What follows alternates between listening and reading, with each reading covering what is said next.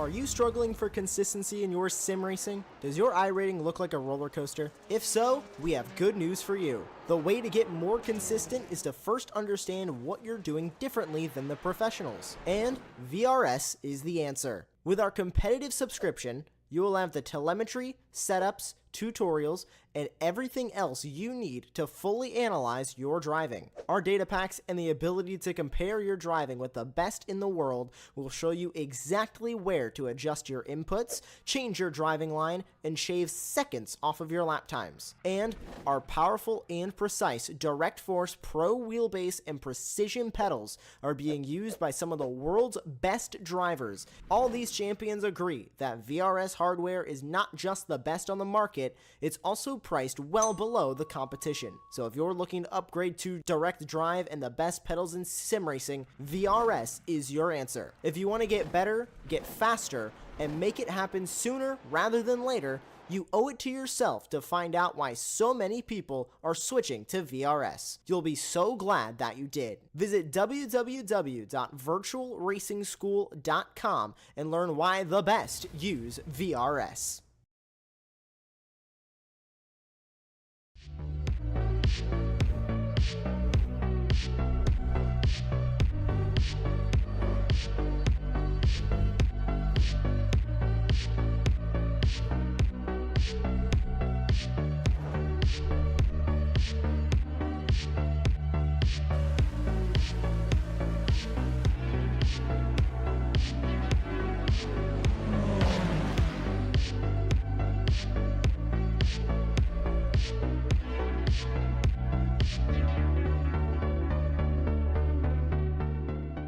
Ricmotech, high-performance sim racing equipment. There's only one place to go, Ricmotech.com.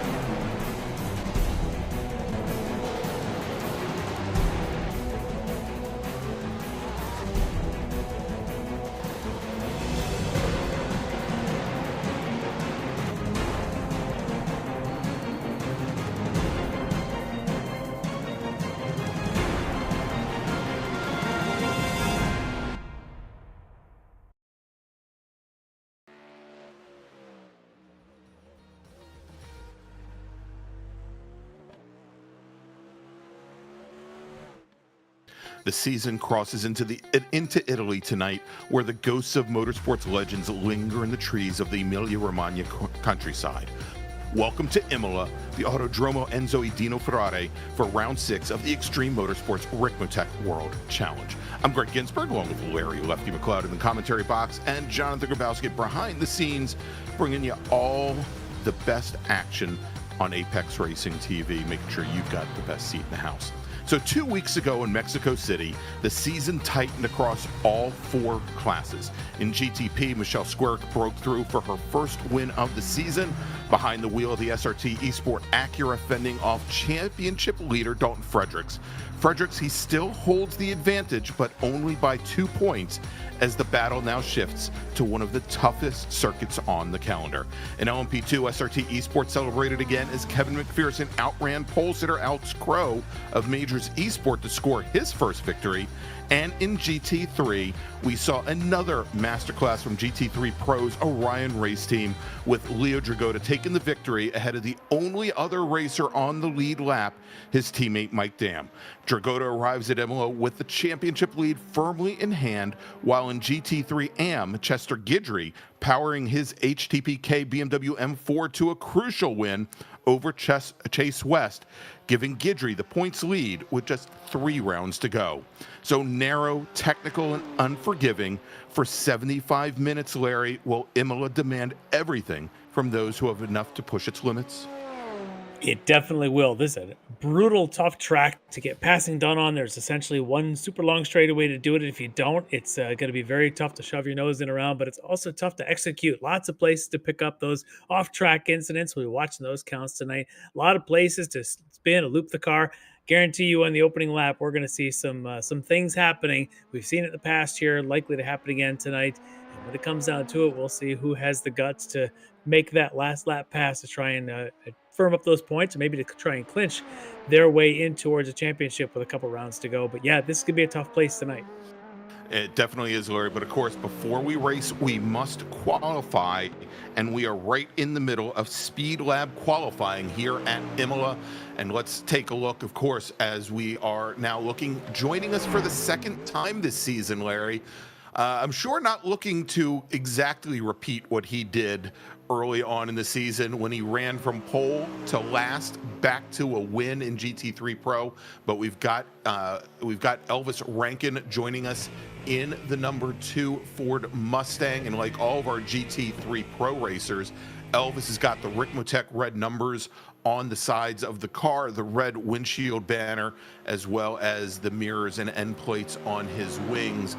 And Elvis, currently your provisional pole sitter in GT3 Pro. Over in GT3 AM, let's take a look as our provisional pole sitter, Chester Guidry, just turned in his 4th and final lap here of Speed Lab qualifying. And he currently has, looks like about 8/10, maybe 9/10 on Chase West, who he's fighting it for the championship with. And Guidry, like all of our other GT3 AM racers, has the green number boards on the side of the car, windshield banner mirrors, and end plates on the wings. And then, of course, we've got our 2 prototype classes. Let's jump over quickly. I believe he's working his final flying lap, Stephen Hudek, in the number 44 Porsche 963. He is already your provisional pole sitter. So, Larry, this lap, it is essentially just all academic here, as all of our other drivers in GTP have taken to the pits, have completed their 4 flying laps. Hudek, though, working his 4th and final, and all the GTP cars with the black numbers and windshield banners. And we'll check in with LMP2 here in just a moment, as I think we may have one last driver on track. And there he is, Kevin McPherson, looking to jump up out of 4th position in qualifying in LMP2, turns and completes his final flying lap, and 4th is as good as he will do. And all of our LMP2 racers, they're going to have the blue number boards, etc., on the sides of their cars. As we jump over now, Mike Dam qualified 3rd fastest in GT3 Pro. He's already completed his 4 flying laps. I think one of the final drivers, we've got 2 drivers left out on course that have not completed their 4th and final flying lap. One is Filippo Barberi in the 186 Mustang, and it looks like he's just called off a lap. That leaves Ethan Bass in the number 219 Mustang, Larry, and he has yet to complete a flying lap without having a lap invalidated. He is currently sitting, I believe, would be 13th in the pro field if he does not complete a valid lap. Keep an eye on that. Obviously, that's going to be a big deal when it comes to points, as he comes in that 2nd spot, holding off a whole field behind him. We'll see if this is the lap. See what he can get done here. All right, and as he completes lap number 3, Larry, again with an off track, does not get a time in the books. He's now working the final lap here of Speed Lab qualifying. I mentioned a couple, early as we started the intro, this place does pick up a lot of those 1X off tracks. That spot right there in that 2nd chicane, that is clearly one of them. That's a hot one. It's often people run a little bit wide there, and at the Villeneuve chicane. The other spot coming up to here as they come up the Paratella is another one where often you can pick up a 1X. Let's see if he's being a little bit conservative there, trying to keep all the tires there on the pavement. Another one, of course, you get down to the Aqua Minerale at the exit of it. Very easy to pick up as you come in real hot. Got to get the car to hook right around. Here. He looks like kept he's 2 doing a wheels good on the job. pavement. Yeah, it Yep. looks like he managed it there as he's now going to make the run down to the chicane at the Variante Alta right there. Pops over the another one. curbs. That one Oh, might and still be okay. You can run pretty wide. They're hard to tell. I saw a little shake of the car there. Either that was a frustration or maybe the car is okay. The other, of course, is the last corner coming out of Ravazza. Just at the exit of 18, you can pick up another one if you're not careful. So hopefully for him, he's able to keep this thing clean, but I suspect it's not going to be as fast as he was hoping. He looks clean there. We'll see if this gets him up on the grid. Maybe he did pick up that 1X. He's going to go straight to the pits. straight to the pits. At the very out, the Alta may have been the one that finally cost him another lap. He will be starting from the back of the field. Yeah, that is not what he wanted. Ethan Bass, who finished third at Mexico City 2 weeks ago and currently running second in the championship to Leo Dragota. And Dragota is going to start on the front row of the pro field, and Ethan Bass, he's going to start tail end Charlie, 13th in pro. Well, So what may come into play problem. is, and when we've run here in the past, multi-class racing, we've seen some lap one incidents that cause a large amount of cars to go off. If he can find his way through some of that, he might be able to pick up a lot of spots the opening lap, but trying to keep up with the likes of Rankin, Dragota, and Dam could be a challenge here tonight. All right, so Larry, we were supposed to have Bobby Babaleskos in the Majors Esport LMP2 Dallara join us for a pre-race interview. Have not seen him pop into the green room yet. He did go on qualified fifth in LMP2, and if he pops in, as we now have less than 40 seconds remaining in Speed Lab qualifying. Of course, we'll bring them in, but it'll only be for a couple of seconds as we are now getting ready and our racers are getting ready to head to the grid for 75 minutes from Imola. Yeah, it should be a very exciting start to this race, but it is a nice long race tonight, 75 minutes. There's a big challenge here to keep the car squarely under these drivers. Pit strategy is obviously going to come into play. And I think you'd mentioned we've got about 40 cars signed up here tonight. That is going to make this track, it's pretty tight and twisty. It's going to make it very, very busy. All right, well, there we go with 1 second, no seconds remaining. Qualifying, Speed Lab qualifying now comes to an end. So our racers now are going to be heading to the track and gridding up. Let's take a look at our Speed Lab qualifying results, Larry. Starting on pole tonight in GTP, driving for SRT Esport in the number 44 Porsche 963, it's Stephen Hudek. Starting alongside him from HSR Phantom Racing, driving the number 20 Porsche 963, it's Dalton Fredericks. On row number 2 from Rosso Esports, it's Fernando Takahashi in his BMW M-Power. He's going to start alongside Connor Nixon in the 02 Orbit Drop Bear Motorsports Porsche 963. Let's now move over to the next row where we've got last week's winner starting 5th today from SRT Esport, Michelle Squarick, going to be starting alongside DNA Motorsports, Ben Rose. And big story there, Larry, as for rounds 1 through 5, Ben had been running in LMP2. He makes the move back to GTP, and we'll see what he can do here for the rest of the season. Carlos Barrero from Speed Lab will start in 7th with Bobby Childs from D2D Sim Racing. Starting in 8th, Jimbo Pfeiffer. Dan Molino making up row number 5 in GTP, and rounding out, I think, Larry, what might be our largest GTP field of the season in 11th is Jake Zito. Now, over to LMP2, where Alex Crow in the number 990 Majors Esport Dallara will start on pole alongside Caleb Lehman from SRT. Then we've got Jordan Butler and Kevin McPherson, both from DNA Motorsports, making up row number 2. And then rounding out the LMP2 field, driving the number 316 Dallara from Majors Esport, it's Bobby Babaleskos. All right, over in the GT3s, starting off all the pros here at the front of the field, your pole sitter, Elvis Rankin out of Speed Lab Esports, will be lined up alongside your current pro class leader in points, Leo Dragota from Orion Race Team. Row 2, it's going to be Leo's teammates. Here you got Mike Dam on the inside from Orion, and on the outside, Travis Schwenke. Row 3 for the GT3s, Brian Bennett from Sector 5 Racing will be alongside Keith Stein from Rockefeller Racing GT3. Row 4, Brian Coxon from Orion, fourth of the Orion drivers in the field, alongside Filippo Barberi in Speedlab Esports. Behind them, Ilya Speaker, Rockefeller Racing GT3, and the fastest of our AM class qualifiers, your points leader Chester Guidry from HTPK. Row behind them, Chase West, Lead Paw Racing, another one of the AM drivers, alongside Jeff Jacobs from SCCA Foundation. Behind them on the inside, Charlie Hosea, Rockefeller Racing GT3, and Lucas Tragoda from Dragonsport Racing. Behind them, Neil Weston, HTPK, Dan Carrito, DCR Sim Racing. You've got Stephen May from A-Force Racing alongside Adam Cohen from Speed Lab Esport, and then Aaron Sunday from OHND Racing alongside Pan Hiraday Lead Paw Racing. And then, of course, behind them, Greg Brockway from Frito Sport and his teammate John Casey. Then you've got Jesse Ansley from Speed Lab Esport, and then there you have it, second in the points coming in. Ethan Bass unable to get a qualifying time. Orbit Drop Bear Motorsports starting in the back of the field. This will be interesting. All right, Larry, as our GTP field now coming through the Ravazza over at turn 17 and turn 18. They're going to be coming on to the front straight as the pace car now heads to the pit lane. As soon as we get to that motorcycle chicane, we'll be entering the start zone where our live starter can give the green flag at any time.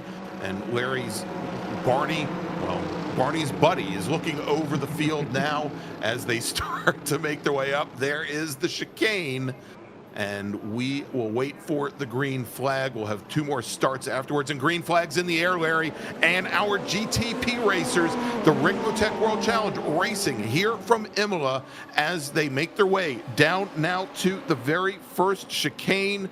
And hard on the brakes, it is Hudek leading Fredericks. Fredericks, though, to the inside, holding strong, but he's now going to slot in the second place behind Fernando Takahashi. Michelle Squarick gets around Connor Nixon as they now come into Tamburello, and around all in line, running a little bit wide, is Dalton Fredericks. He's going to give up a position to Takahashi as our LMP2 racers now make their way into the first chicane. It's Caleb Lehman with Kevin McPherson, Butler, and Alex Crow. He is off. And now he looks like, and he may have a little bit of damage, Larry, as our GT3 racers now get the green flag. It's Leo Dragotta with an early jump on Elvis Rankin in the Mustang as they're still too wide going into the chicane. Mike Dam alongside teammate Travis Schwenke with Brian Bennett and Brian Coxon, the two McLarens back behind. But so far, it is Leo Dragotta, your leader over Elvis Rankin, as they've now already, as they come into Tamburello, open up almost 7 car lengths on the rest of the GT3 field. Critical start there for Leo Dragotta to get that jump over Rankin on the start line. Because Rankin's pace is so strong, Leo needs to hold him back. This is the kind of track where you can actually block or at least hold position very well. We'll see how long he's able to do this. We flash back over to our GTPs. Fredericks, who had that pretty decent start, now finds himself down the order a little bit, had a bit of an issue there on the opening lap. So Dalton Fredericks now running in the 7th spot. Let's catch the replay here. All right, let's take a look here, Larry, as Michelle Squarick now has moved up into 2nd place after having started 5th, and he just runs deep as if he just didn't get the braking done early. It's cold tires, yeah. Cold tires, first time in Ravazza, very tough to do to get that car slowed down. Replay then of the start here in the LMP2s. There's Crow, your pole sitter, gets past there on the opening turn, and then slides wide. I don't think there was contact with McPherson, but I think he just tried to avoid the contact, and again, cold tires. Remember, about a year ago, iRacing updated the tire models for these prototypes and made them extremely cold and very slippery on their opening laps. And I think we're seeing some of that here, both in the GTPs and the LMP2s. Yeah, indeed, Larry. As Crow started to lose the rear end, he and looked like McPherson just right next to one another here as we're on board right now watching Michelle Squarick with Fernando Takahashi in the red BMW directly behind. Squarick running a special livery here this weekend. At least she said she was going to be running a special livery with SRT Esports in honor of her mother, who's suffering from cancer at the moment. May she, we of course wish her all the best. But Takahashi now settling in good pace so far here in 3rd, as both he and Michelle Squarick not wanting to let Stephen Hudek drive away here early on, although he now has almost 10 car lengths on the rest of the GTP field. And there you go, Dalton Fredericks, coming down the pit lane.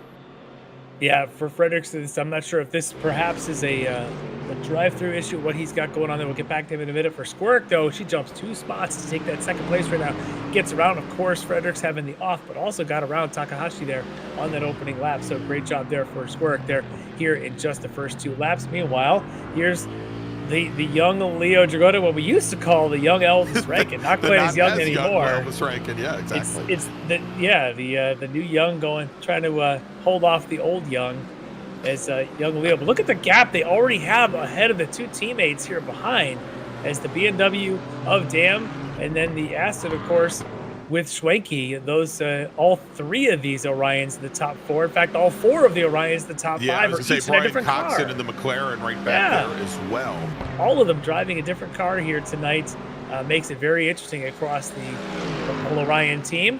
I think right now Rankin playing nice relatively, trying to make sure Leo knows he's there, but also knows they can pull away from the rest of the field if they could stay in line for just a couple more laps.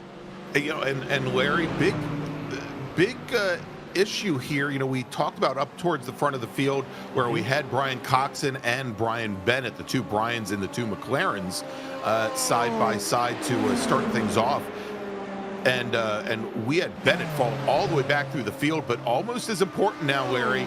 Yeah. Stephen Hudek with problems on lap number 3, or completing lap number 3, and Michelle Squarick, she is your new leader as Hudek now has to defend against Takahashi and Connor Nixon directly behind. Yeah.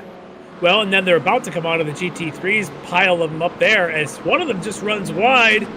I think that was Ben Rose. Yes, Ben Rose running wide. Barrero also having issues there, as there may have been a little bit of contact as they now come through the second chicane. It certainly looked like a lot of lack of downforce by so much pack racing in those cars coming into a corner. Here's, of course, the replay of Hudek going from the lead position, again, down to turn 17. Looks a little bit like what we had seen at Dalton Fredericks, just missed the breaking point. Same thing. Larry. I was going to say it was an absolute mirror of what we saw from Dalton Fredericks just on the lap earlier. And then here you go. This is the replay from overhead here of Ben Rose. And you watch him, he hits the brakes, it just goes deep. And again, he loses downforce. There's nowhere to go down the inside. And then from behind them, that looked like Barrero made a got into the back of Connor Nixon. Barrero popped over the curbing, Larry, as he was trying to avoid. Yeah, he was trying to avoid the back of Ben Rose. Yeah. So they were all sort of avoiding each other there. Now you got the traffic working through, as this is going to be very interesting in the GTPs. Of course, with 4 different classes, or at least 3 different types of cars having to spread out their starts, it makes it a very quick convergence there between the front of GTP and the back of the GT3s here on the opening laps. Meanwhile, there you got Ethan Bass working his way through the field, doing quite a good job already. As you can see him up into the top 11 in the pro class. And I think there's only 4 AMs now in front of him, so he's 15th overall in the GT3s, working his way through the field here in the opening laps. Very difficult to do, as behind him, that looks like Dan Carrito, I think, that just spun. Exactly. Dan Carrito, one of our only Acuras in the field. Now he spins, goes around, and now manages to recover. That's going to move almost all the Acuras, Carrito, Casey, and Brockway, back to the tail end of the GT3M field. Let's take a look. Quick replay, coming here again through the Villeneuve chicane, and he just taps a curb on that inside. Those sausage curbs will get the bump. You lose a little bit of under aero, and the car just wants to come around. Happens all the time in these GT3 cars. You could do that in something like, some of the smaller cars you want to throw around, like GT4s even, but I don't think you can get away with that in GT3, certainly not in the prototypes. No, as Bobby Childs now starting to knife his way through the back of the GT3 field here, and Bobby Childs currently running now 7th in GTP for D2D Sim Racing. And Larry, you were talking there a little bit earlier about Ethan Bass We've got a prototype spun right there at the chicane. Yes, we do. And is it Bobby? That was Bobby Childs, indeed. No.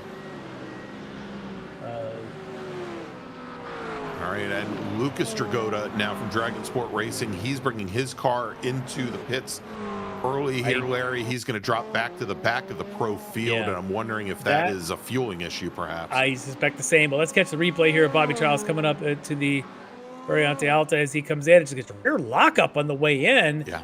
Luckily, he doesn't have any contact with it. He's able to spin back out of the way, so that helps everybody. But that definitely got to adjust the brake bias there for Bobby Childs before that happens again. And, well, we'll see. We'll see if Lucas gets back out. Lucas Dragota's been having. He had issues in Mexico City as well. Spent an extended period of time on the pit lane, and I believe a couple weeks before that in Indianapolis. So we'll see here as we're watching now as Fernando Takahashi starts to work his way through GT3 traffic, and he is under attack now from Connor Nixon. Look how tight this is to work through traffic because of these twisty turning sort of back section of this track. It's uphill, it's down the hill, and then as you think you're going to pass somebody, you got a chicane in your way, and you look right up ahead. It's Takahashi trying to now make his way through past one of the Rockefeller Racing Mustangs. Can't quite do it, so Connor Nixon able to close up on the back of Takahashi as he'll chase him down toward Ravazza at the bottom of the hill, and that's Charlie Hosea that they made their way through, and then of course Jeff Jacobs still on the inside for Takahashi. That's an awful close near miss. Well, and Larry, there was nowhere else for Jeff Jacobs to go or to be. No, not at all, with Connor Nixon sort of right there as well with him. And then they've got Ben Rose, who's on a bit of his recovery after his off and had to probably serve a bit of a slowdown. So we'll see how that works out. Meanwhile, Neil Weston right up on the back is where Chase West. I was going to say, Larry, this is a big battle here in GT3 AM with Weston and West here as Chase West finished second at Mexico City. Weston finished fourth, and as it stands right now, looking Weston is currently running fifth in the championship, and of course West sitting just a few points back from Chester Gibbs. Take a look who's right behind them is Brian Bennett. You talked earlier about the issues he had to start this race. Now he finds himself having to work his way back through. Probably a little more exciting, but maybe not the kind of excitement he signed up for coming into tonight. As you can see him, Bennett now trying to get his way around these two that are, of course, dueling for AM position and AM podium position for themselves. So they're not going to make it easy on Bennett. Meanwhile, one of our prototypes comes on through. Not quite sure which one. Maybe Pereiro, maybe Pfeiffer. I'm not sure who that is. Maybe it should be Pfeiffer in the sector. I think that is Jimbo Pfeiffer in the blue and white 00. Yeah. Yep. So he's going to try and get through here. Now, remember, those long prototypes are not fast through these slow chicanes. And so even the GT3 cars are going to struggle to follow them through because it's actually going to slow down a GT3. Certainly the LMP2s are going to be quicker through these chicanes, whether it's the Tabarella chicane, the Villeneuve chicane. Certainly there at Varianta Alta is much quicker in the smaller cars than it is in those big GTPs. All right, so Larry, we talked a little bit about Brian Bennett's problems here early on in the number 71 McLaren, as he is now just right on the gearbox of Neil Weston's BMW. But a little bit further back in the field, Keith Stein in the 48 Mustang. He was our fastest driver in practice this week here at Imola, fastest GT3 driver that is, and he lost, I believe, 11 spots on the opening 2 laps as he just now gets past Pan Hirde, now going into looks like going into the second chicane. Yeah, a couple of rough starts there around this field as things got straightened out. I mentioned that even pre-race, that there's always kind of a couple of chaotic moments in the opening laps. That right there for Stein's going to be probably picking up a 1X. But we'll get back to him in a minute, as there is your leader at LMP2. That is Kevin McPherson, leading by just a couple seconds. Now 3 seconds up on Jordan Butler and Alex Crow, who are fighting it out behind them. But a good start here for McPherson. So you got an SRT Esport and McPherson leading in LMP2. And of course, Squarick and Hudak, 1-2, a second apart between them in their SRT Esports there in GTP. So a good start here for that team. All right, and so tonight's race stewards are provided by the SCCA Foundation. The SCCA Foundation provides funding for the SCCA Academy, training the next generation of race workers and volunteers that make real-life racing possible. Visit sccafoundation.org for more information.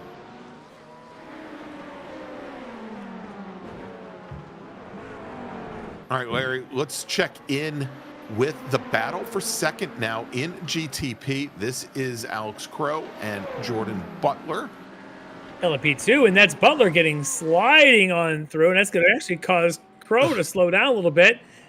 Not leaving a lot of room for anybody to get through there, but Caleb somehow Lehman managed to avoid. Storming through. Lehman finally does get through. He's going to take over third spot.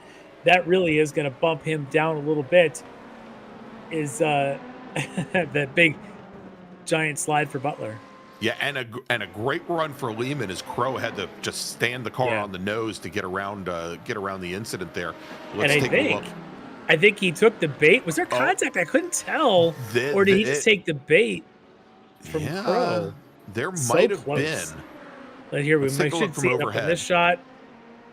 As the Jim Cunningham blimp. Let's take a look. Yeah, and there is contact. Yeah, so definitely. yes, in fact, I'm just seeing now the stewards are taking a look at that to see if that contact may deem a penalty. And I tell you what, if you're Jordan Butler, you might think a penalty is warranted. Yes. But for Crow, remember, Crow was your pole sitter in the class. He's on a recovery after an opening lap issue. This may cause him to be a little further back.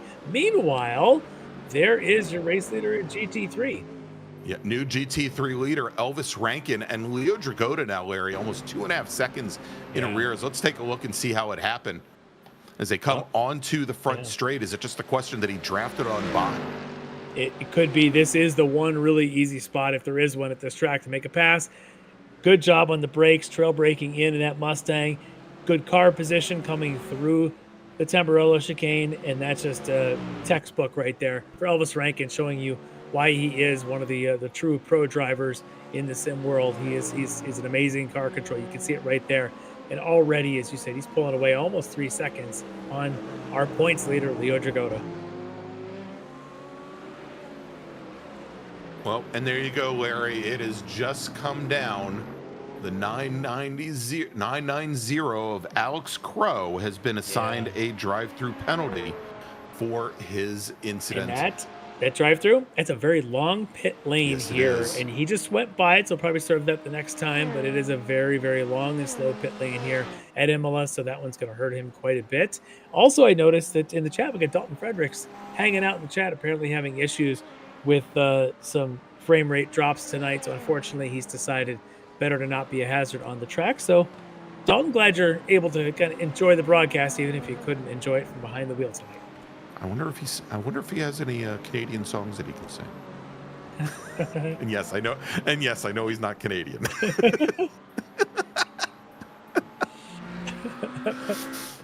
Well, we'll see. We'll see if we have any Canadians. We've got a couple in the field, obviously. You know, we all know Mike Dam is probably our most famous Canadian, but of course Keith Stein hails from up north, Alex Crow, and Stephen Hudak. And Hudak, exactly. Well, I just figured Dalton would sit in place of Mike Dam because we haven't had Dam sing for us for a while. Well, and Hudak right now in a battle for the lead in GTP, in fact, with his teammate Michelle Squirk. So while there's lots of battles going on, that's just one of them. And there you've got Michelle Squirk leading the class. And you can see the time deltas there. Hudak has closed up. It's going to be tough, though. These cars, when you get close, you lose that front arrow. Extra tire wear gets put on. Maybe better for him to maybe wait until they catch some traffic to use an opportunity there. Hey, Larry, this might be a good time. I talked about in the opening how close things are between Michelle Squirk and Dalton Fredericks in the championship, and with Fredericks sitting in the chat right now and not in his race car. He's apparently playing Freebird, by the way. Yeah. well, very, very good, because much like Leonard Skennard, he crashed and burned here tonight, and Michelle Squirk likely going to be going to the lead in the championship. But let's bring up the point standings if we can, John, and show how close things were coming into tonight's championship in GTP. Only 2 points separating Fredericks and Squirk coming into the evening. And then only, 8 points back? I think 8 points back from there, tied for third in the championship, Daniel Molina and Stephen Hudak there, our Canadian in the field. Actually, I guess 10 points back from the championship, as they were at 238 points. And, only a couple more points back from there is Fernando Takahashi. So still with 2 more rounds after tonight, still a lot to play for here. Mm-hmm.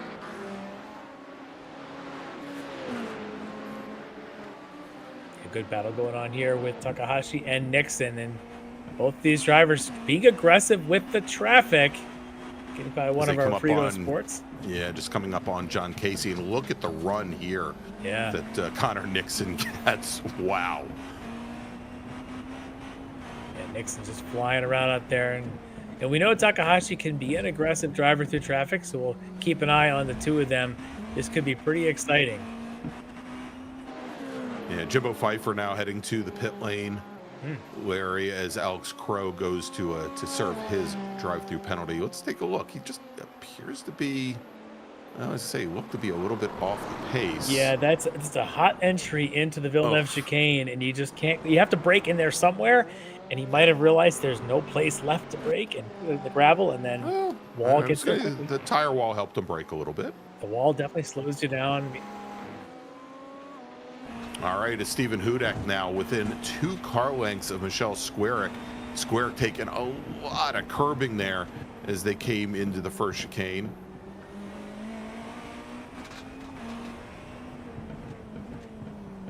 More GT3 traffic. Yeah, and it looks like Dan Carrito. Yeah, I was just going to say, I think that's Carrito on his recovery in the 320 Acura.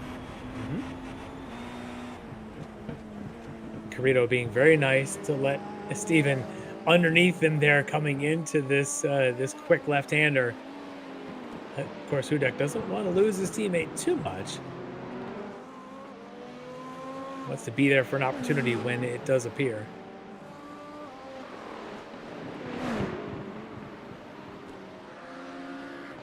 Oh, that chicane always scares me. The bumps, the curbs through there. No matter what I'm driving, I ran a public race event this week at this track, one of the public series of this SCCA Spec Ford car, and that chicane is just brutal. You hit it, the car just jumps all over the place. I can't imagine at the speeds these GTP cars, and as delicate as they are, how hard they're hitting that thing and still hanging on to it. It's pretty amazing. All right, this, Larry, is the battle for second in GT3 AM. Chase West, the 757 McLaren. Neil Weston in the number 6 BMW.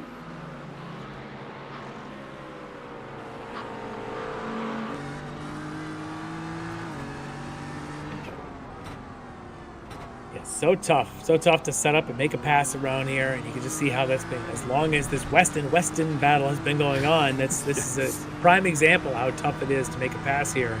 You've really got to get a great run off of very much the last corner, turn 18, and try to make a pass going into 1. Otherwise, this ribbon of pavement just continues to twist and wind up and down these little Italian hillsides here through this town.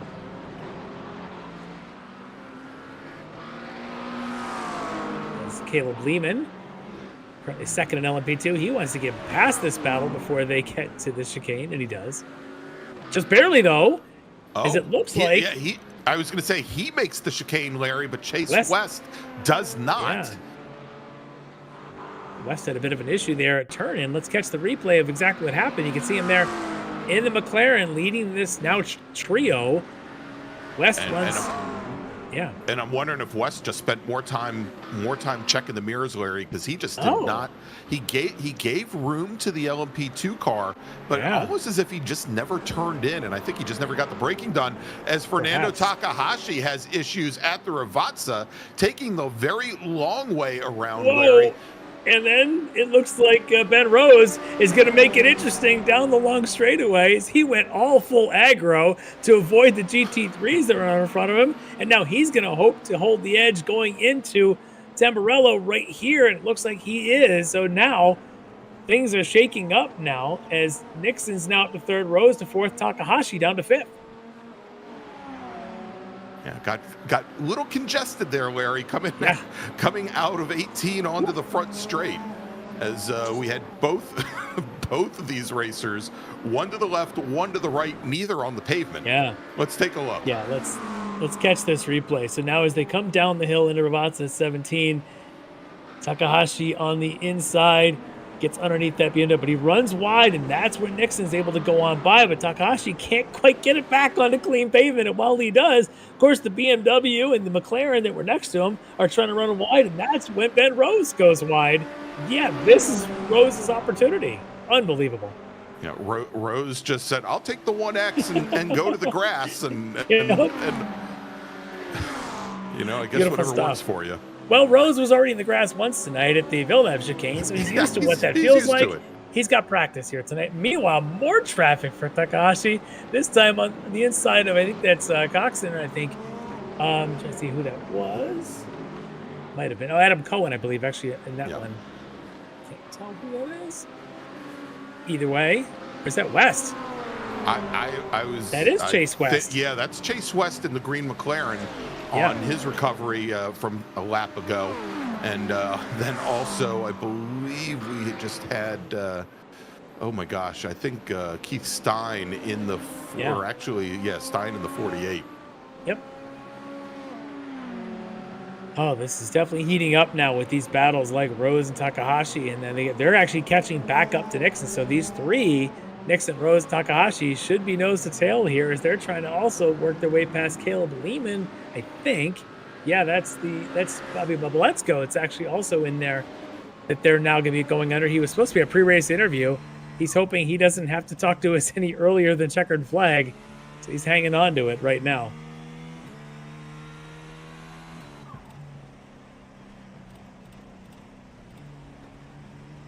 So quick through Aqua Minerale. But there's traffic up here. Oh, yes. Variante Alta. Just see the traffic forming up there. Unbelievable pace there for Ben Rose.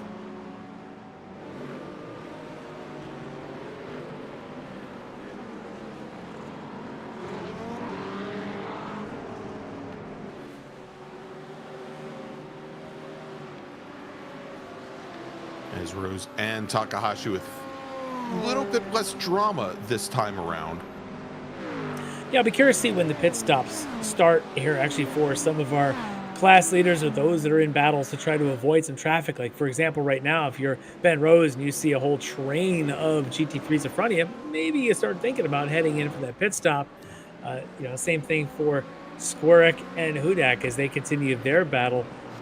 As Hudak has to dodge the back as Squirek had checked up on the brakes, and Hudak just barely missed. I don't know if there was contact on that, but it was close. Let's take a look at this again, Larry, as Hudak had to break out his best lumberjack impression. Oh yeah. That was a near miss. I'd love to see this from the windshield, Larry, as he came right up to the back of his teammate Squirek. Yeah. Just maybe got on the wrong side, just sort of blinked for a second, because I don't think Squirek broke that early. She is on an inside line. Woo. It looks like Hudak just didn't slow as he got around the GT3 car there. Full Code Brown moment there for Stephen Hudak. Good recovery now, as he's now only a second ahead of Connor Nixon, who again was in that battle not that long ago, because you know that Ben Rose, Fernando Takahashi aren't far behind. Your top five in this class really aren't separated by that much at this point in the race. I think we've got. Yeah, I was going to say, other than the fact that Hudak now is almost 5 seconds back, I think the rest of the field there, Larry, only about another 4 seconds between Hudak and Takahashi. The pit window, Larry, as we were starting to discuss it here, for the GTP racers, likely opening up in about 3 laps, and for our LMP2 racers, about 4 laps.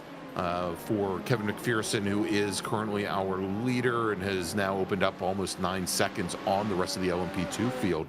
And then over in GTP, that pit window just now opened up a very, very wide 15-lap pit window for the GT3 racers. Yeah, well, this Ben Rose Fernando Takahashi battle for 4th in GTP. It is as hot as any battle. It seems like every battle that Fernando is in is the hot battle. He tends to find his rivals. Finds drama wherever he goes. Well, I was going to say he tends to make battles. He's not able to quite make the passes, but he certainly makes it interesting. And right now it is very interesting between Ben Rose, who we had talked about, just made the jump here back to GTP. Seems like he's enjoying this. Certainly enjoying going into the grass in his GTP car, probably more than his LMP2. But certainly, I think he's enjoying the battle here with Takahashi or with Nixon that he had just a bit ago.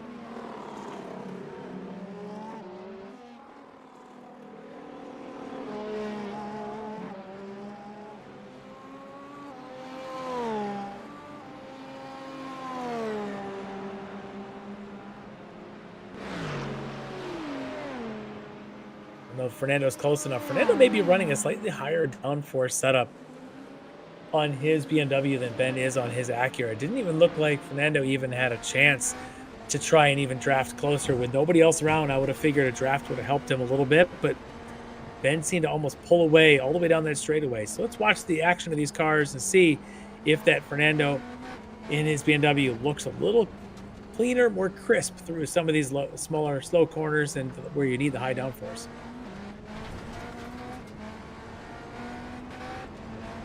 Lots of traffic. That's Mike Dam now playing a part.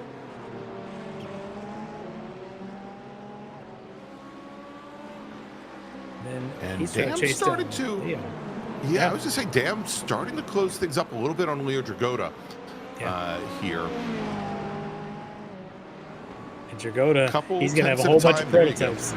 Yeah, Dragota's going to have all the prototypes in front of him. That's just only going to help Mike Dam try and catch even more. So they're now only about a second apart or so here.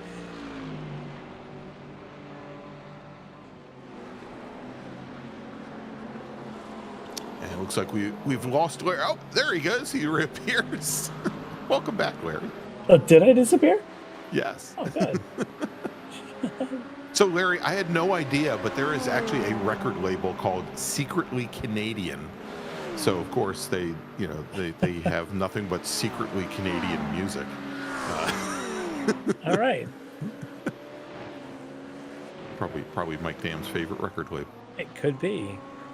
I mean, it might just be full of Tragically Hip for all we know.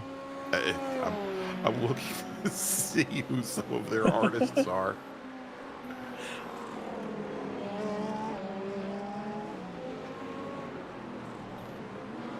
Let's see, Eves Wilder, everybody, Hatchie. Let's see, Caesar Drink. Oh no, that is actually those are actually strictly Canadian drinks. I'm sorry.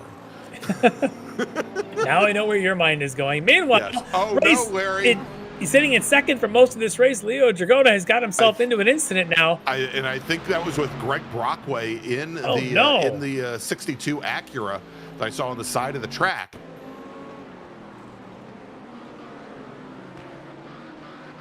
Yeah, a lot happening here as the three of them are in front, going quite slow. And there's the Brockway car spinning, and Dragota just nowhere to go as Mike Dam goes by. Yeah, so like Brockway, I think maybe Jesse Ainsley was there, and also the BMW of who was that? Who was the BMW that was there? It was the red BMW. Stephen May. Wow, just chaos. All congregated in that one spot at that one time. And now Leo Dragota gives up second position to teammate Mike Dam and has at least some damage on the front there, Larry. Yeah. I don't know how much that's going to affect the car here, at least as far as top speed goes. I'll try and... It could cost him a couple of miles an hour down that long straight. Everywhere else, maybe not as much, but certainly the drag will go up with that front end looking like it does. Just those eyes peering at us without the rest of the fascia around it. Beady-eyed Leo Dragota. I did not call him that. But maybe good news would be for Ethan Bass, who has been trying to make his way through the field, got his way up to 6th. Now, he still isn't past Dragota, but if Dragota's at all slow, maybe Bass could get there, and in the points battle, every point matters. All right, and sounds like Greg Brockway is going to get a drive-through penalty out of that incident. By the way, where Lauren Kramer, Jens Leckman, Faye Webster, and Hatchie, some of the strictly Canadian singers. All right, well, good to know. Our Canadian fans are happy. We're giving mention to their pop stars. Oddly enough, Drake is not strictly Canadian.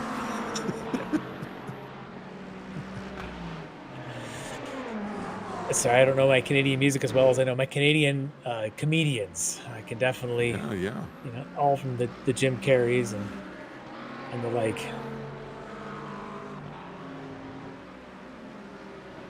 And John Grabowski is telling us that the Canadian Football League had their championship game last night, the Grey Cup.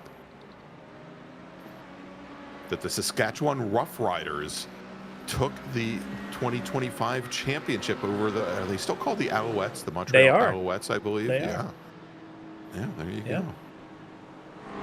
All right, coming down the pit lane, Larry. I was going to say second of our LMP2 racers to pit, and now within the window, Jordan Butler. Actually, we think within the window, because we thought the LMP2 window would open up around lap 21, and Jordan's got 20 laps in the books. May have to do a little fuel savings there at the end. As we go back with Stephen Hudak, currently running second to teammate Michelle Squarick. He's made up a little bit of ground here, Larry. When Hudak went off down at Ravazza about 5 laps ago, he had dropped, I believe, almost 5 seconds back from Squarick. Now within 3, as Connor Nixon just resets fast lap. Here, running about a quarter of a second a lap faster than Hudak. Yeah, Nixon's quick right now, and he's trying to follow Hudak all the way to Squarick, who's out in the front right now. And you can just about see Squarick going into the hairpin here as these two are coming out of the Villeneuve chicane. And look how much faster Connor Nixon is through the exit of that Villeneuve chicane than Stephen Hudak. He really is Nixon on a flyer at this point. He's got that Porsche just dialed in here as we approach the halfway point of this race. Well, Hudak, you could see, was fighting with the curbing there, Larry, and just not only couldn't he get the power down, he couldn't actually get the rear tires down on the pavement there, as Nixon was already back on the throttle and making up ground. But yeah, he's carrying great pace here. Oh, unbelievable speed right now. And this is going to get interesting as you've got one of the Frito Sport cars. I think that's Brockway who's going to play a part of this, and he does manage to back off. Again, Larry, I think there might have been contact again there between Connor Nixon and Greg Brockway going into the chicane. Yeah, it was a little bit of a door dang side by side there. Neither one of them seemed to slow down too much for it, but at this point, Nixon doesn't want to give up any of his pace. He thinks there's an opportunity to make a pass. We've talked about how difficult that is to do here. When an opportunity comes up, you don't want to miss it. So falling 3 seconds back or a second and a half back, you start losing those opportunities. We'll see now. Soon we should start to see some pits. In fact, Amanda Takahashi. Here we go. Looks like he's first one in. Indeed, first of our GTP racers to come to the pit lane, Larry, as we hit the top of the hour, 9 p.m. Eastern time here. So let's do this. Let's take a quick break. We'll be back here in just a few moments with more racing action from Imola. It is round number 6 of the Extreme Motorsports Ricmotech World Challenge here on Apex Racing TV. Stay with us. Ricmotech, high-performance sim racing equipment. Whether you're just looking to have fun, train for race day, or become a serious esports competitor, Ricmotech has you covered. Hundreds of name brand parts, support from experts that love sim racing, trusted by the pros. There's only one place to go, Ricmotech.com.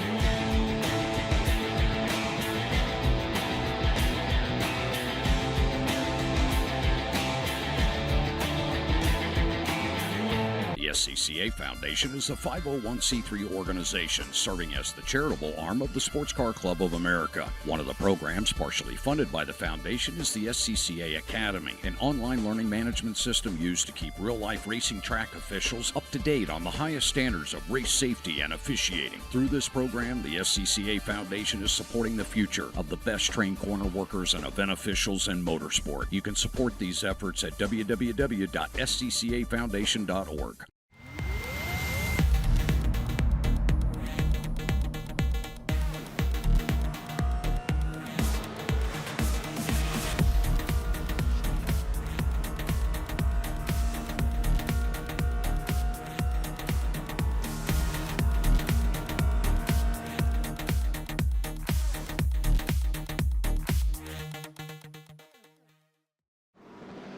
The search is over.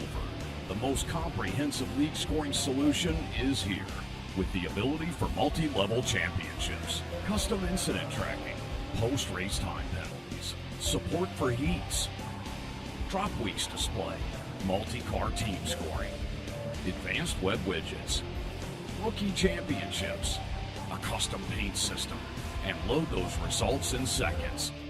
Visit extremescoring.info today. Ricmotech high-performance sim racing equipment. There's only one place to go, ricmotech.com.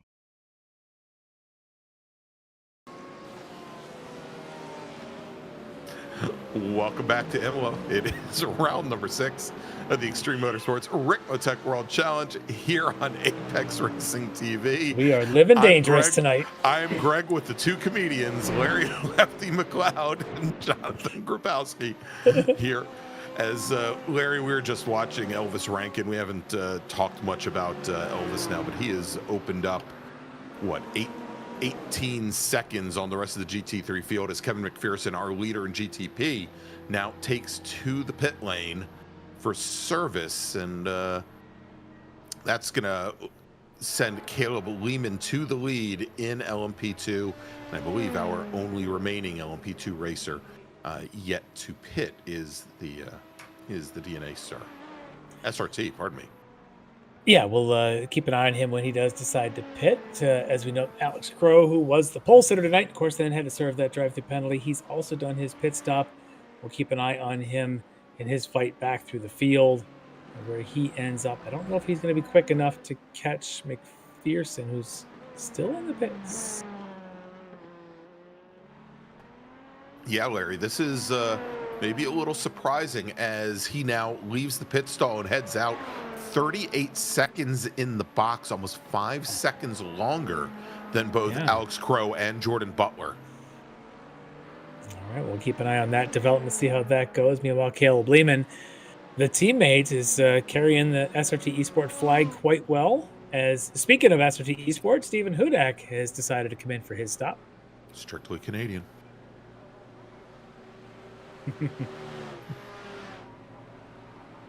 Actually, I was thinking about that water drink. Was it clearly Canadian? That's what.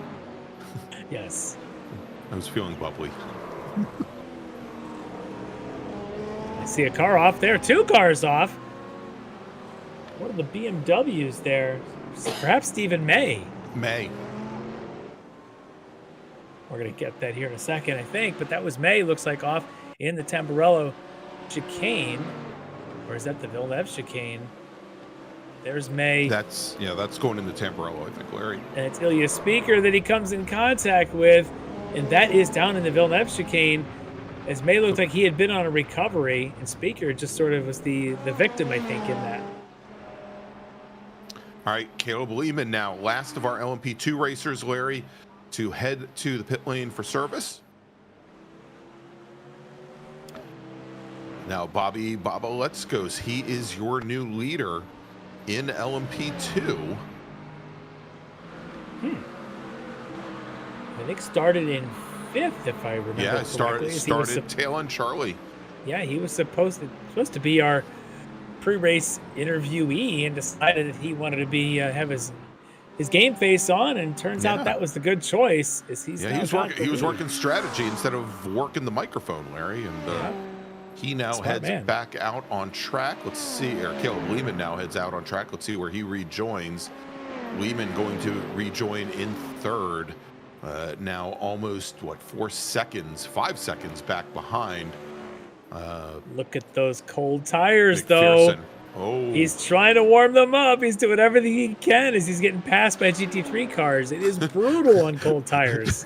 Larry, this almost reminds me of our race last from week. Mexico City. I was thinking about the race in the wet. Where were we? In the rain. Oh, yeah, well, that's the rain last week. Where were we again? I don't even remember anymore. The Red Bull Ring. That's right, Red Bull Ring, and it was the LMP. I guess it was the our GT4s. Yeah, GT4 McLarens. On the dry tires, but in the rain, yes. All right, here's Bubba Let's Go. So apparently had not yet taken his full stop. He must have come in earlier, maybe for a repair or something, but now he's got to go back through to get his fuel. This should hand the lead back over to Kevin McPherson. And there he is. As he's coming down into Ravazza now.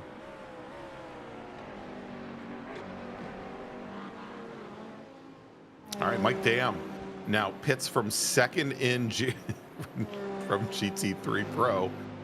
Clearly Canadian Mike Dam. That's going to move Ethan Bass now, Larry, who is yet to pit, up into second position. Remember, Ethan Bass, in the number 219 Mustang, started this race from the tail end of the GT3 field.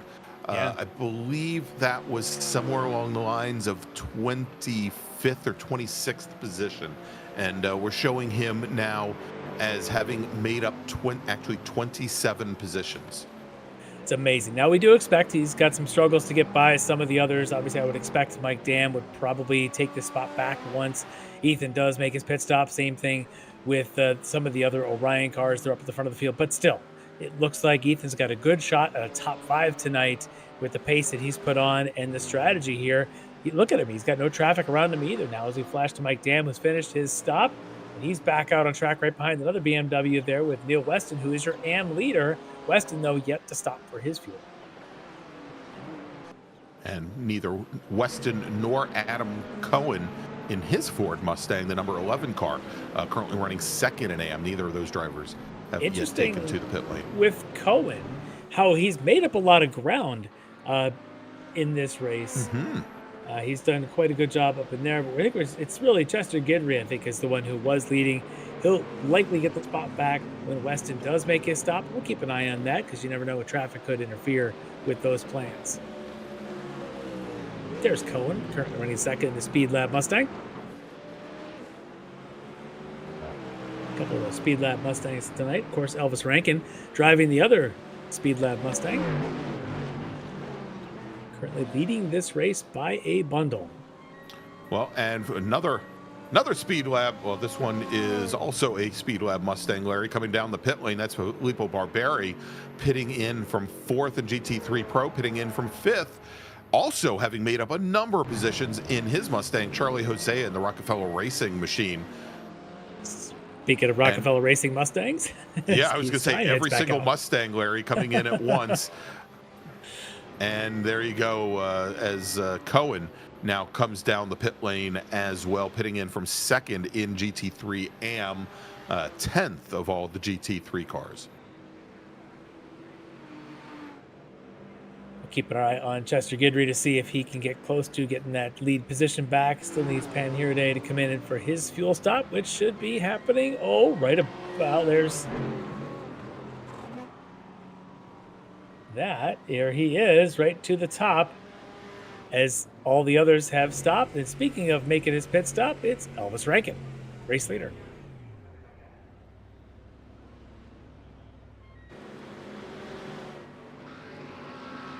See, back in the day, you and I would have said he's probably got mom handing him a juice box, but now maybe she's just exactly. Maybe now he gets Dr. Pepper instead. I don't know. Yeah. Well, he's so well, as long as he's over in Europe, Larry. I mean, he's right up in Red Bull and vodka territory too. I think. It might be. Don't tell mom. It is like 3:00 in the morning, so. Meanwhile, right, Ethan Bass now pitting in from the lead in GT3 Pro. And Brian Coxon choosing to stay out for one more lap, one of the few GT3 cars that has not stopped yet. So he'll take over that top spot, the Orion McLaren driver, Brian Coxon. So, but we'll keep our eye as Rankin gets back into the second spot. We're going to keep our eye on Ethan Bass and see how far up the order does he stay with Mike Dam. Looks like he's going to take the third spot. Leo Jagoda is going to be right there with him. So Bass may drop to 6th with Travis Schwenke. He's going to be in the mix. There goes Jagoda. Bass may be 5th. Schwenke's going to be in the mix. He's there somewhere.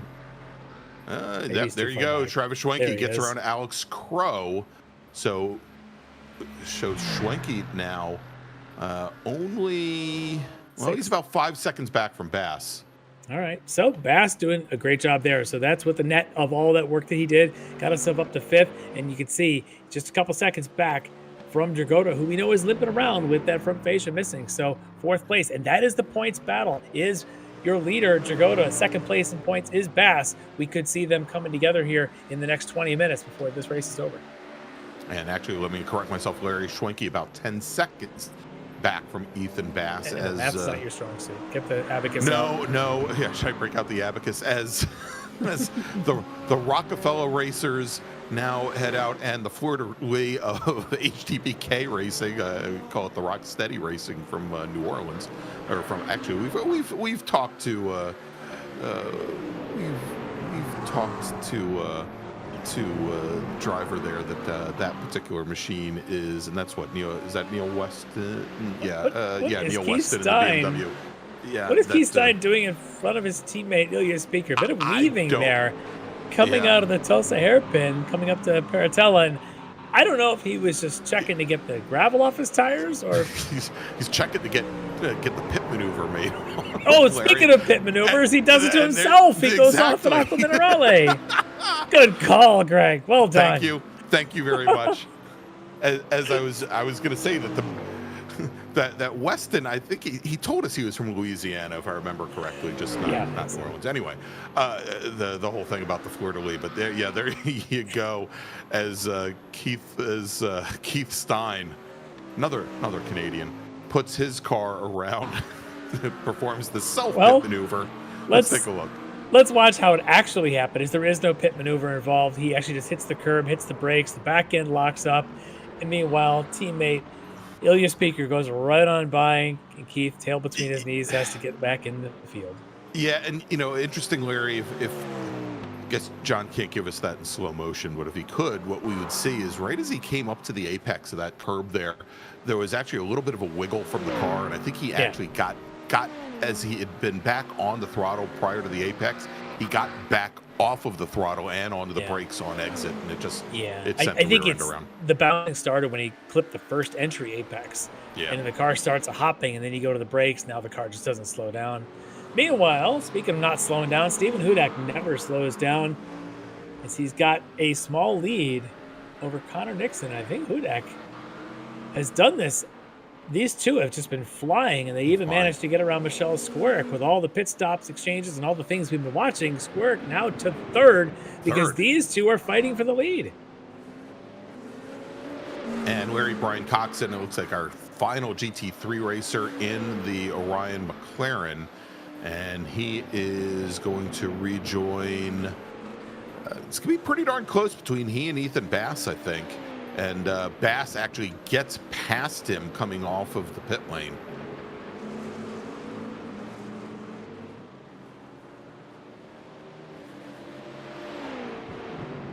Yeah, so where is Michelle Squirk? Squirk is now almost 8 seconds back, Larry. And I don't think the pit stops tell the whole story there, because Squirk, she lost maybe 3 seconds. Yeah, a couple seconds, on the pit lane exchange. Not 10 seconds. If you figure she was 3 seconds up on Hudak and Nixon, now she finds herself 8 seconds down. So something definitely happened. Perhaps traffic, perhaps the cold tires. We saw, of course, one of our McPherson or one of the SRT Esport LMP2s coming out of the pits on cold tires, and I think for Michelle it may have been the same thing. And here she is, looks like just out of the pits, trying to hold off teammate Hudak, and just can't. And that's, I think, that cold tire. As Hudak goes down the inside, Squirk still trying to hang on through the Villeneuve chicane. And Nixon, I think, probably also the next one through 2 corners later, as there is Nixon coming up on the back of Squirk, who's still struggling with those cold tires. Now, I don't know if the others changed tires. We've seen a lot of tire changing going on. It's possible that Nixon didn't. So we'll keep an eye on his tire wear as this race progresses. I think we saw some of that also in the Mexico City race a couple weeks back, where those that did not change tires were struggling at the end of that race to keep those cars together. Yes. And the ones that did change the tires, it cost them in the middle part, but they made it up at the end. I think actually Michelle may have been one of those that did that strategy, went to the tire change, but it paid off. As she did, I believe, got that win. Well, we'll see here, Larry, because the one thing that they did not have at Mexico City, we didn't have the number of entries, and although the track was fairly densely packed, it wasn't like this. Yeah, and yeah, it may be a lot more difficult for Michelle Squirk to make her way and work through the field when those tires do come in, and to bring Hudak and back closer to her. But as we check here with our leader, Stephen Hudak. And your leader in LMP2, Kevin McPherson, and just now watching those two go by in their battle. So again, it's SRT Esport leading the way in both of our prototype classes. And McPherson wants nothing to do with that battle at GTP. No. You guys just go do your thing and leave me alone, and that's what they did.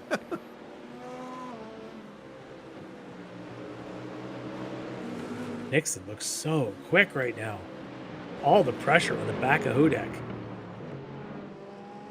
That's hard to do in these cars. You get that close, start to lose the arrow across the front of the cars, but it doesn't seem to be bothering Nixon right now. He seems to be almost reveling in it.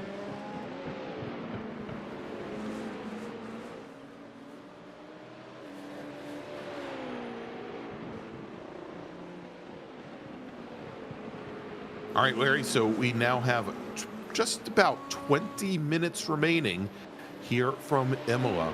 And again, Stephen Hudak, he is your leader in GTP. Connor Nixon trailing very close behind Michelle Squirk, running in third. Over in LMP2, Kevin McPherson is your leader. He's got almost a 20-second advantage on the rest of the LMP2 field.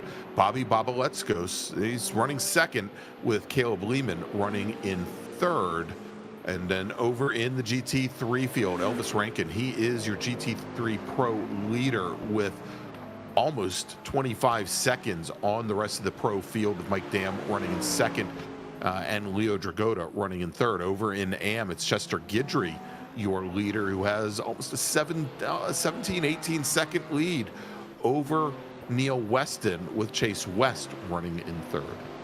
Yeah, Weston and West, again, are going to be in a pretty heated battle there in GT3 AM. But I know that I think we only covered the points so far for GTP. Yes. So we could maybe bring up the LMP2 points. Yeah, a couple of interesting things about that here tonight, as we're, of course, in round 6. Justin Barrera, your points leader, not here tonight, so giving up any chance to get points. But you see how tight it is. McPherson, of course, leading tonight, currently in second. Expect him to probably take over the top spot at the end of this if he can hang on to this. But Alex Crow, who was on the pole tonight, just 2 points back coming in from McPherson. And so that penalty that he had to serve, really costly for Crow. Lehman comes into the night. Yeah, Lehman tonight. And Crow now, Larry, also, I mean, it definitely hurt him, but we're also showing him now as being 3 laps down from McPherson, Babaletskos, and Lehman, 3 laps back. He spent some time in the pits, I think, since the last we had checked in. So Crow going to struggle in this 3.5 minutes. Yeah, so Lehman may be the beneficiary of that, as he's up into the top 3, I believe, here tonight, and coming in 9 points back from McPherson. So McPherson, Lehman, the teammates there, trying to do themselves some help here and stay ahead of Alex Crow there, who's having a bit of a struggle tonight.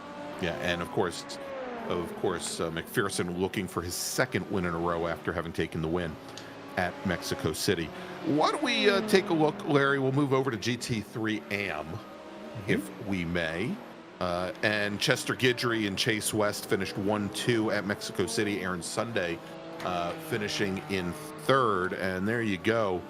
Not quite as close here in AM, as HTPK's Guidry had a 12-point advantage coming into this evening over Chase West in the Lead Paw Mustang. And then Aaron Sunday running back in third, and Sunday 28 points out of the championship. And Sunday not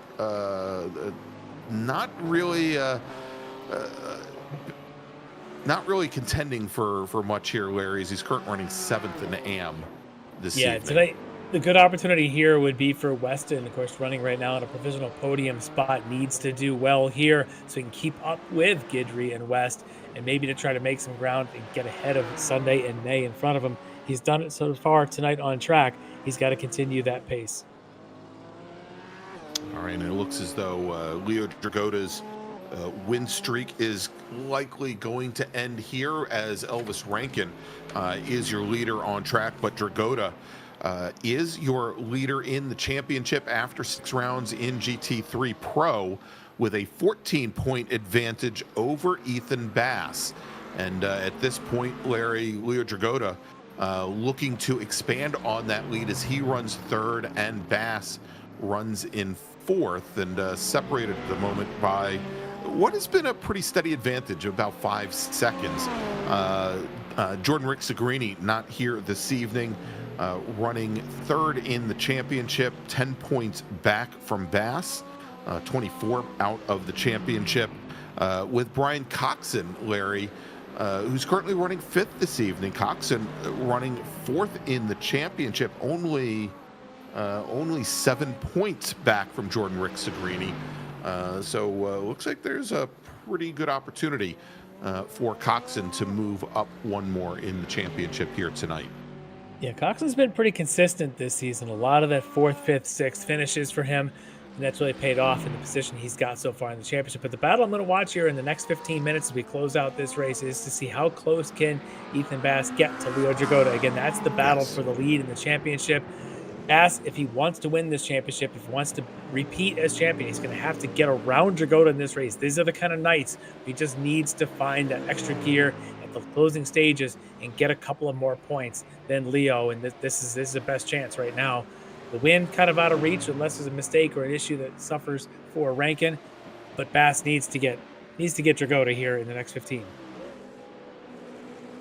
And Larry, watching here, we talked a little bit about it at Mexico City, how strong the Mustangs were through some of the slower portions of the course, specifically going into the stadium section where you'd think maybe the little bit bigger, taller, heavier car might not be so strong, but they were soft enough to just eat up some of the curbing. And we're seeing the same thing here tonight, I think, as we look.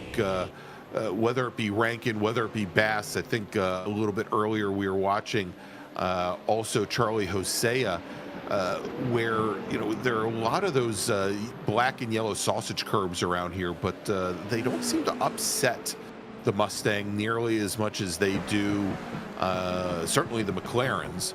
The BMWs seem to do very well with them as well. Yeah, and then that to me is a real difference maker when selecting your cars at a track like this. It means fewer big mistakes. So you can clip a curb here and there in maybe a Mustang or a BMW, and you have that room for error. You don't want to hit the curbs, but if you do, it's not going to be the end of your night. But if you're in a McLaren, if one of the other cars out there, perhaps one of the Astons or something, that maybe a little bit more rough over them, that can certainly cost you that. You have to be so precise that way. Meanwhile, as our 2 leaders in GTP go around Mike Dam, trying to avoid them. But Dam, of course, running 2nd in GT3, didn't want any part of that battle. I suspect this battle in GTP is going to be, there's going to be a move. At some point, Connor Nixon's going to have to try something. He can't sit there looking at the back of the Porsche GTP of Hudak all night. If he wants this win, he's going to have to make a move somewhere soon. Yeah, and Larry, I've been watching the leaderboard here to see if we do, assuming that Michelle Squerick, we know she took new tires, obviously, but assuming that Hudak and Nixon did not, if there's some kind of crossover point where Squerick starts to pick up pace in comparison to these 2 racers, it hasn't happened yet, as both Hudak and Nixon continue to stretch their advantage over Michelle Squerick. That last time through only a couple of tenths. But Nixon, once again, the fastest of the 3 drivers on course. Yeah, he definitely is. And you just go back to the start of this race when he was in battles with Fernando Takahashi. He was in battles, of course, I think with Ben Rose for a little bit. And once he was able to shake them and make up the ground here to catch Hudak, as Hudak runs wide at Ravazza. And here's maybe the opportunity that Connor Nixon was looking for. He's going to take that opportunity. Hudak's going to try and recover. Not nearly getting the run, though, onto the front straight. This is a great chance for new leader, Connor Nixon. And Nixon had to do a lot to get his car back under control areas. He got out of the throttle not knowing what Hudak's car was going to do. Yeah. And so he was fighting it all the way through turn 18, but somehow managed to get the power back down. Let's take a look and see what happened. Yeah, when you see this happen, you watch Hudak go deep, and you're right. Nixon just had to make a choice. Do I wait and wait for the predictable, or do the unpredictable and get past him? And that's what he does. And he tries to hold his line on the inside just in case Hudak can come back on track. Hurts his exit speed a little bit, but not nearly as much as Hudak's, who was partly still in the gravel when they were starting that front straightaway. So great opportunity now for Nixon. As you said, he has been the faster car. The question is, can he continue to do that for the next 12 minutes? Because this is where that'll pay off if he can really show that speed. All right, and with that bobble from Stephen Hudak, Michelle Squarick does close up some ground, Larry, but she is still about 7.5 seconds back from Stephen Hudak. So Hudak now, picks up the pieces, tries to close things back up on Connor Nixon, not having to necessarily worry about a battle from the rear from Michelle Squarick. But look at how those brakes are glowing for Michelle Squarick. Yeah, this car is definitely getting work out here. As Nixon hasn't quite shaken Hudak yet, but here's a replay shaken of and Bobby stirred, Childs. Larry, is Bobby Childs. Same place he had issues a little while ago. Oh, that one's a bit harder result, though, as he does nose into the tire wall. Yeah, as he comes through Aqua Minerale and just puts the car, or actually that was over at Variante Alta, sorry. It was. And puts the car into the wall. And there he is already talking about it there in the YouTube chat. Bobby, the last time you swung towards where there was nothing, and the second time you got something. And welcome to the chat. Welcome to the pendulum. Yeah, swings one way, swings the other. All right, well, some traffic it's now. Always painful. And traffic impeding a little bit for Connor Nixon. As he manages to get by then, we'll have to see how Hudak, who's still about 2 seconds back, does. That traffic now in front of Hudak through the Aqua Minerale down there at the low point of the track.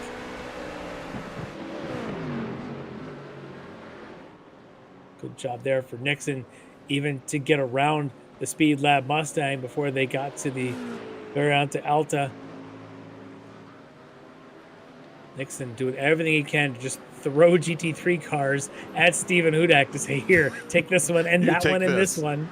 He's trying. I'm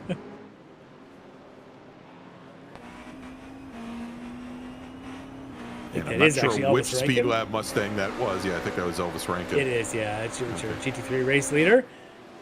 Finishing that lap there.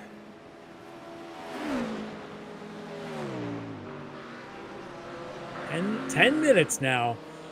Connor Nixon needs to stay clean and fast. And so, Larry, probably the best comment of the night from Bobby Childs in the chat. Yep, Stubby, I made it longer than I thought I would. Well, Bobby almost threw it away early in the race at the same chicane, so good for you. If only the race had been a 60-minute race instead of 75.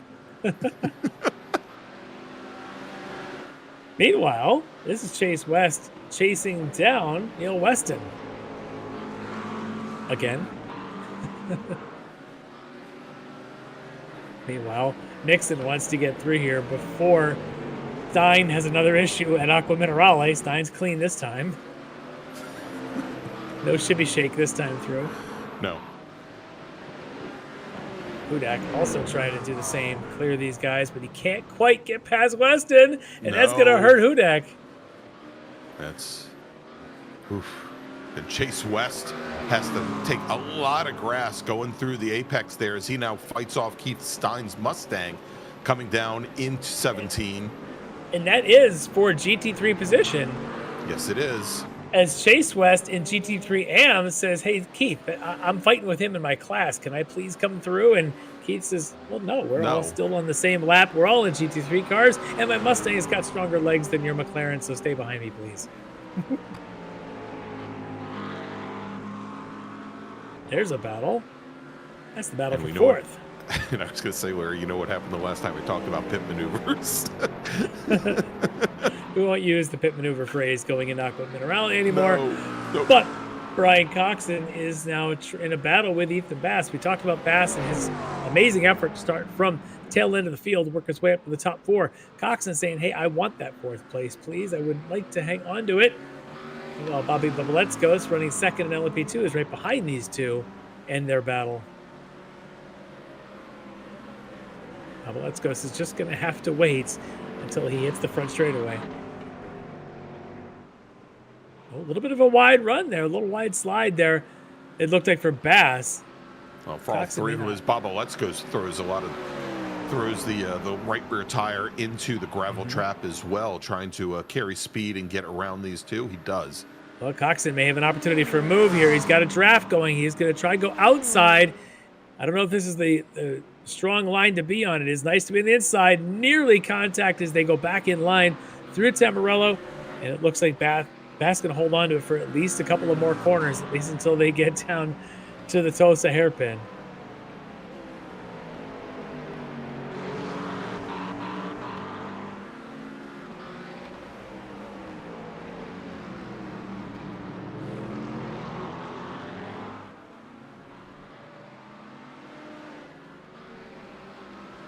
It looks like Butler being very patient with the two in front of him right now. Yeah.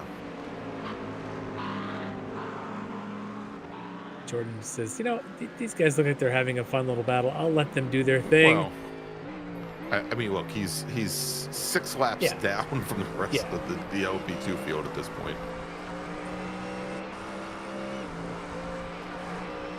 Bonk. And he's actually a lap down from this battle, in fact, technically. He has blue flags if he goes by them. So, yeah, he's smart to hang out there. Meanwhile, Travis Schwenke is gaining on this pair, which could make the battle for fourth then go 3 wide with Bass, Coxon, and now Schwenke. 2 of those 3 teammates, of course, with Orion, with Schwenke and Coxon. And then if things do get a little bit dicey, Brian Bennett just 2 seconds back from there. So and it's bunching up. There's the Bennett car is he's starting to after his early off. Oh, the sector here we go. 5 racing Coxon driver coming up. Coxon going to try and do it, and he does. Probably took a little draft off the back of the DNA entry there, but it's not over yet. Well, now it is that's over. wide. That might do the pass complete there as Bass unable to hang on to it, exiting Tamburello. Well, that's just going to bring Schwenke that much closer with the 2 in front, continuing their battle. All right, let's take a look at this again, Larry. Look how far back he comes from, but I think he catches draft off the back of the LMP2. No, he doesn't. Yes. He goes right. Maybe caught Bass by surprise. Yeah, and was able to hold out along the outside there. Great move. Yeah. And then with the Mustang. Well, Coxon did a bit of a wiggle there at the second apex of the 3, and maybe just a little bit of fear into Ethan Bass. Didn't actually impede him, but it looked like he might be swinging his hips a little. Just a little wide there, doing a little tango. All right, Larry. So we've got now 3.5 minutes remaining. Not much time left. We got battles all over the place. So this, of course, being the one for the overall race lead, seems to have settled down once Connor Nixon was able to get that advantage with that one mistake from Stephen Hudak. Nixon now probably maybe 3 laps as he just passed the start finish now. And Larry, so Square now is closed within about 2.5 seconds of Hudak. Yeah. And Hudak, his pace has been dropping off. I think it's pretty likely, as we surmised earlier, that his tires probably did not take a new set of tires, and they are starting to go away. Connor Nixon's pace, oddly enough, Nixon's pace starting to fall off as well, but I think he's got enough clearances. He's now about 5 seconds up the road from Squarick. Squarick is running almost a second a lap faster than both Nixon and Hudak ahead. Yeah, we'll see where that leads Michelle. She closes that gap quickly on her teammate, Hudak. And the teammate Hudak, who's had some troubles this season, may in fact not put up much of a fight, knowing there's points on the line. Michelle is in that points battle at the front of the field, but it may not be much of a choice here as Hudak caught the GT3 battle for 4th place, or 5th place, I should say, right in front of him. And that's going to leave Michelle Squirk right there in that purple SRT Esport entry coming out of the Variante Alta right there behind that 5th place battle in GT3. And next thing she can see is that teammate of hers, car so up ahead. Yeah, and Larry, as they go by that battle, you see Travis Schwenke, who just a couple laps ago was, about 30 car lengths back from Ethan Bass. He is right there as Bass had issues at Tamburello a couple laps ago. He is now tucked right up underneath the rear wing. I also wonder about Bass if he took the tires at his stop as well, maybe thinking he could shorten his pit stops, considering he was starting from the back of the field. Not able to put up much of a fight here to hold off Schwenke. Schwenke in the Aston able to take that position into Tamburello with probably 2 laps to go. All right, so that moves Schwenke now up in the 5th, drops Bass back to 6th. And Schwenke's teammate Brian Coxon not that far ahead. No. Oh, it's pretty tight here. About 2 4th seconds. and 6th. Yeah. But 2 seconds also it takes a little bit of traffic somewhere. GTP, LMP2 comes up behind. Coxon's got to give up his line. Next thing you know, Schwenke could be there. There's also some back markers in the GT3 AM class that are coming up on them that they're going to have to figure their way through. So not over yet here in GT3 Pro with Coxon Bass still battling for 4th. All right, Larry, not a lot of time left. Only 40 seconds remain on the clock in this 75-minute race. And Connor Nixon, he's looks like he's heading down to Ravazza right now. We're going to likely have one more lap, I think, here. Yep, this should get the white flag this time by. Little slide there as he exits the last turn of 18. Should see white flag here, though.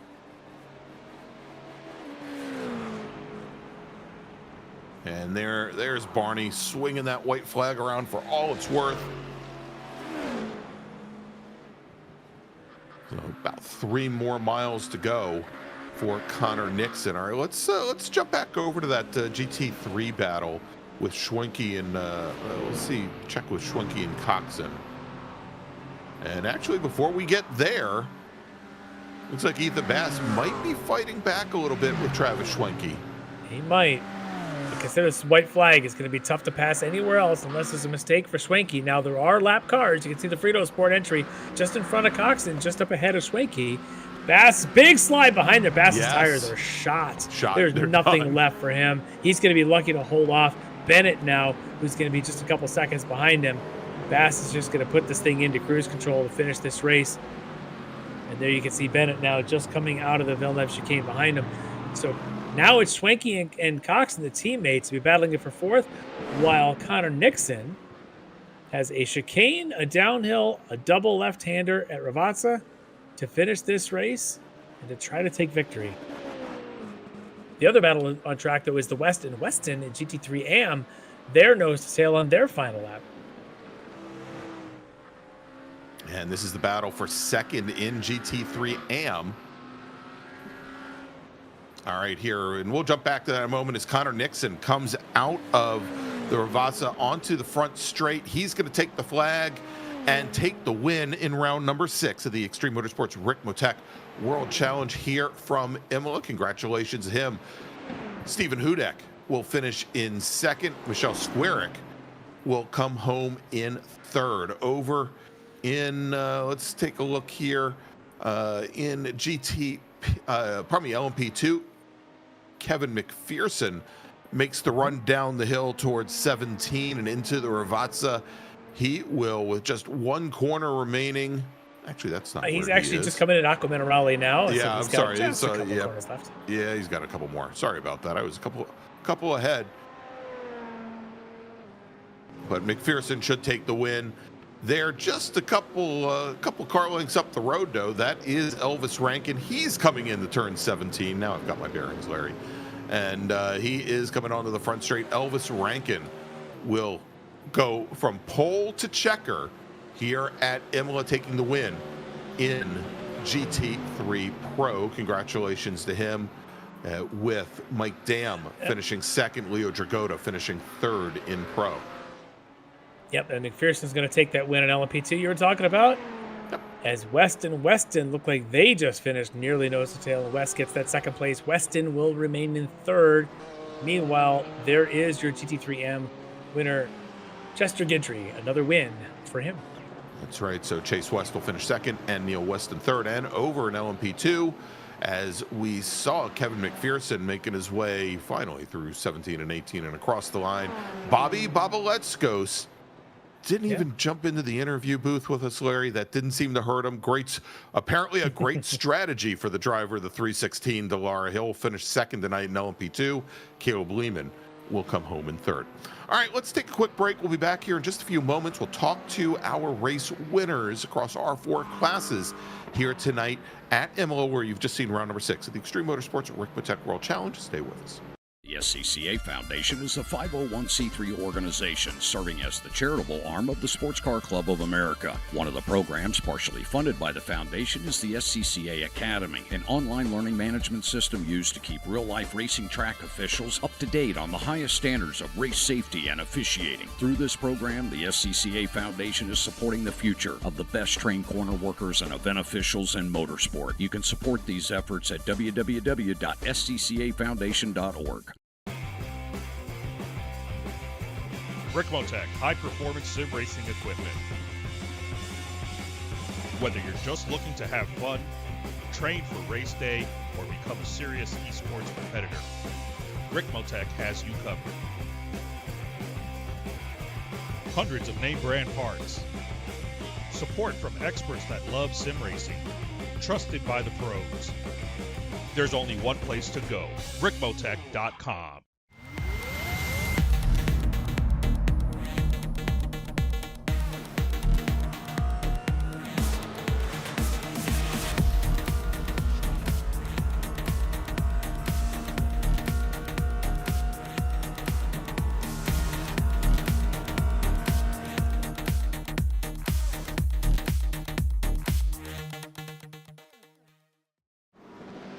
The search is over.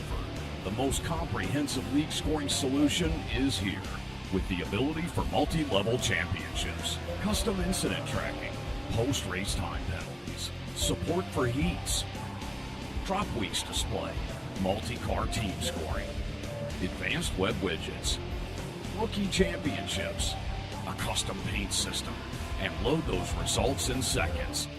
Visit extremescoring.info today. Ricmotech high-performance sim racing equipment. Hundreds of name brand parts. Expert support. Ricmotech has you covered. There's only one place to go, Ricmotech.com.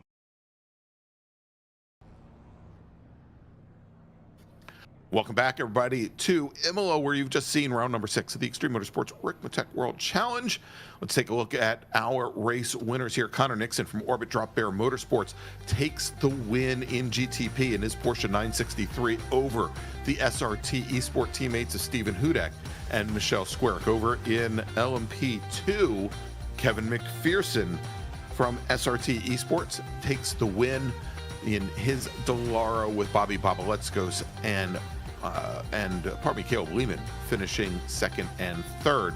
And then over in the GT3 ranks, Speedlab Esports, Elvis Rankin takes the win in his Ford Mustang over Orion's Mike Dam and Leo Dragotta. And finally in GT3 AM, Chester Gidry from HTPK takes the win in his BMW M4 with Chase West and Neil Weston finishing second and third. All right, let's take a look, Larry. I think we've got a couple of our race winners sitting in the green room waiting for us. Why don't we start off tonight with HTPK's Chester Gidry, your winner in GT3 AM. All right, Chester Gidry joining us here. And Chester, congrats on the win in GT3 AM. The great qualifying seemed to put you ahead of a couple of spots to your rivals there. Were you able to kind of keep an eye on that at that point? Just stay with the field up there, or were you able to kind of to know exactly what was happening behind you within class? Yeah, so a couple of things, and good to talk to you guys again. But a couple of things with practice, I noticed that, man, the amateur field was really tight on speed.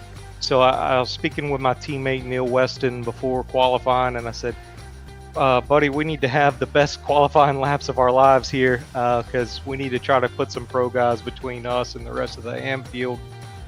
So, we just tried to lock in and get some good clean laps in, and This is my first time ever driving on this track, and I gotta say it's been really tough, and so I was kind of shocked by the results of qualifying, but it worked out nicely. Yeah, this is a tough track. Very difficult to learn quickly. There's so much nuance to where all the off tracks are. As we've got some of our other drivers that struggled in qualifying. How do you adapt to that so quickly? Are you able to be conservative in a qualifying lap, or did you just quickly pick up where all those threats of off tracks lie? Well, in practice, I was sending it every single lap, and so I became very familiar with all the off track locations, how twitchy the car is over the bumps. So when it came time for qualifying, I felt like I was a little better prepared. So I knew how far to dial it back. Yeah, it definitely paid off very well there. The practice you were able to get in to learn this track so quickly, very, very impressive, and a well-run race. Tonight, a lot of traffic, a lot of battles in the prototypes that really, when they came through, I'm sure were a bit of a threat. Did you notice some of those battles, and did you just do your best to sort of steer clear of them? Well, I'll have to send out an apology first and foremost to Michelle. So when she caught me for the very first time, I think that was the very first time a prototype has passed me on this track. So I think we had a little bit of a mix-up on who was going where, and I felt like I was responsible. Obviously, I was. I'm the car that needs to maintain position, right? Let her go around me. But I held her up. I'm sure she probably was having some choice words at me, so I just want to send an apology to her. But yeah, trying to pick and choose where the best place was to let the prototypes and the LMP2s pass, that was certainly challenging, but as the race wore on, I was able to find some good spots to let those passes be executed. Yeah, well done tonight. Tough track to do it, but another victory for you. I think if I got this right, 5 victories in 6 rounds. Unbelievable production there for you to be able to get another one here in the list. But I know you've got friends, family, and teammates or so. You probably want to give a mention to them. Yeah, Greg, Larry, thanks for putting on a good show tonight. Thanks to my friends and family that watch at home, my wife Ashley, my teammates with HTPK Racing, Mia Weston, Lloyd Cooper, Brett Bluen. So thanks to all those folks, and thanks to you guys again. Thanks to Speed Lab for sponsoring, and to to Ricmotech as well. Sorry, I forgot that. Of course, great to have those sponsors as well. They do wonderful work to make sure this broadcast happens and the league continues like it does. So awesome job here tonight for HTPK Racing. Chester Goodry getting the win in GT3 AM. Congrats. Thanks guys. Good night. And Larry, just as he was about to say, and let me thank Speedlab, John had the video of him passing one of the Speedlab Mustangs off in the grass. Anyway, we do have the new point standings up, and Chester, as you would suspect, having taken 5 wins in 6 rounds, is your championship leader. He's now expanded his lead to 16 points over Lead Paul Racing's Chase West. All right, let's move over now, Larry, and we will talk to let's talk to our LMP2 winner, driving for SRT Esport in the number 26 Dallara, Kevin McPherson. All right, joining us here is LMP2 winner Kevin McPherson. And Kevin, great race tonight. A little bit of a chaotic start there, but once you got into that lead and you just got into a bit of a groove there, tell me about how you get into a rhythm here at a track like Imola. Oh, it was a very tough track tonight. Our setup wasn't the fastest. I qualified a little off pace there, kind of threw it away. Just got lucky, kept it clean, managed the traffic, built a little bit of a gap and just tried to manage that gap. Tried to keep it around 18 seconds or so and bring it home with the chaos in front. Lots and lots of chaos happening tonight, whether it was within the GTPs and the other class, or whether it was even in some of the GT3 races going on. And when you're coming up on those battles, or when the GT, I saw when at one point, I believe your teammate Hudak and was in the battle with Nixon, and you're sort of there, I think it was coming down the front straight. Are you just doing your best to sort of pretend you're a shadow and just let these guys go by? Exactly. I was my eye was on my relative, one eye on the relative, one eye on the track. Who's coming up behind me? Who am I catching? What's happening around this corner? and it just, just managing the race. It wasn't quite the heated battle like last week there at the end. Completely different style of race tonight. A little heated into turn 1. I think Justin just lost, or not Justin, Alex lost his tires. Same with Caleb, so I knew coming out on both. I took tires at the pit stop, and I was just like, crawl it until they're hot.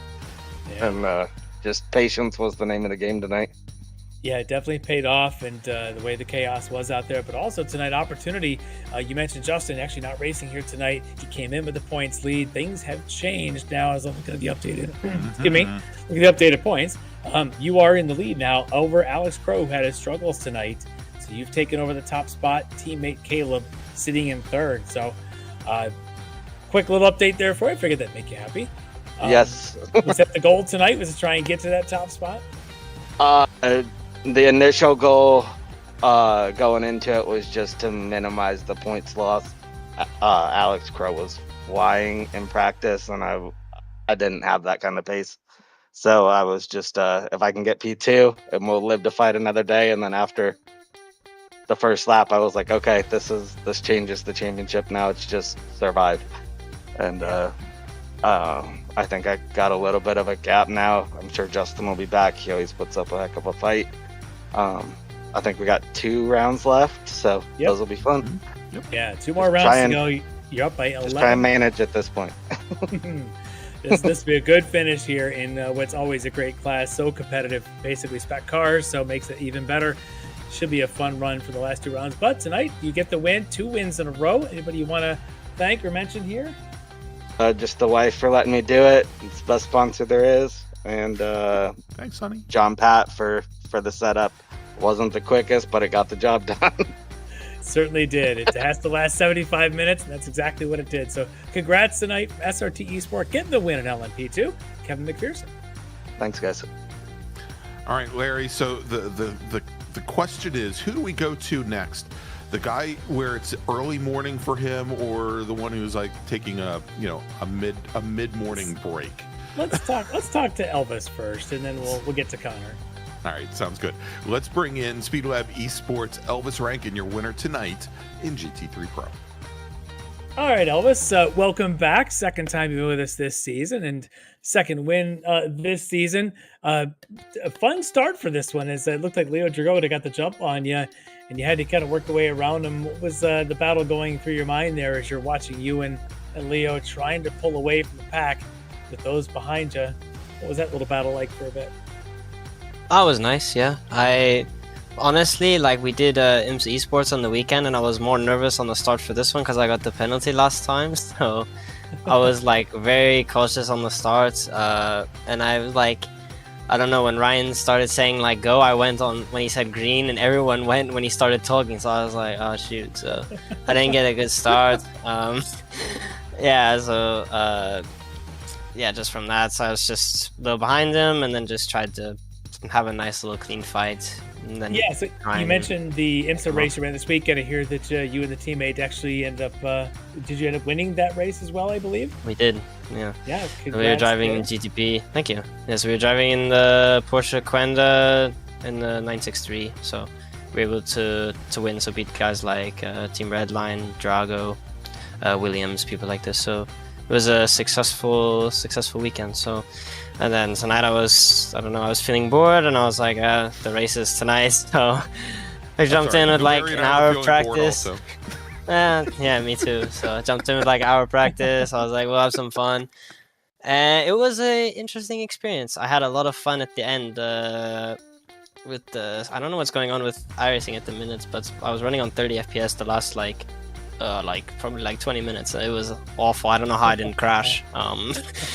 If anyone's ever driven iRacing on 30 FPS and they drive on that consistently, I give major props, because I don't know how it's drivable, because it was the scariest thing I've ever done. So I'm old enough to remember old video games, old pole position video games. That's all there was. It was terrible. I can't imagine going back to that these days. I don't know.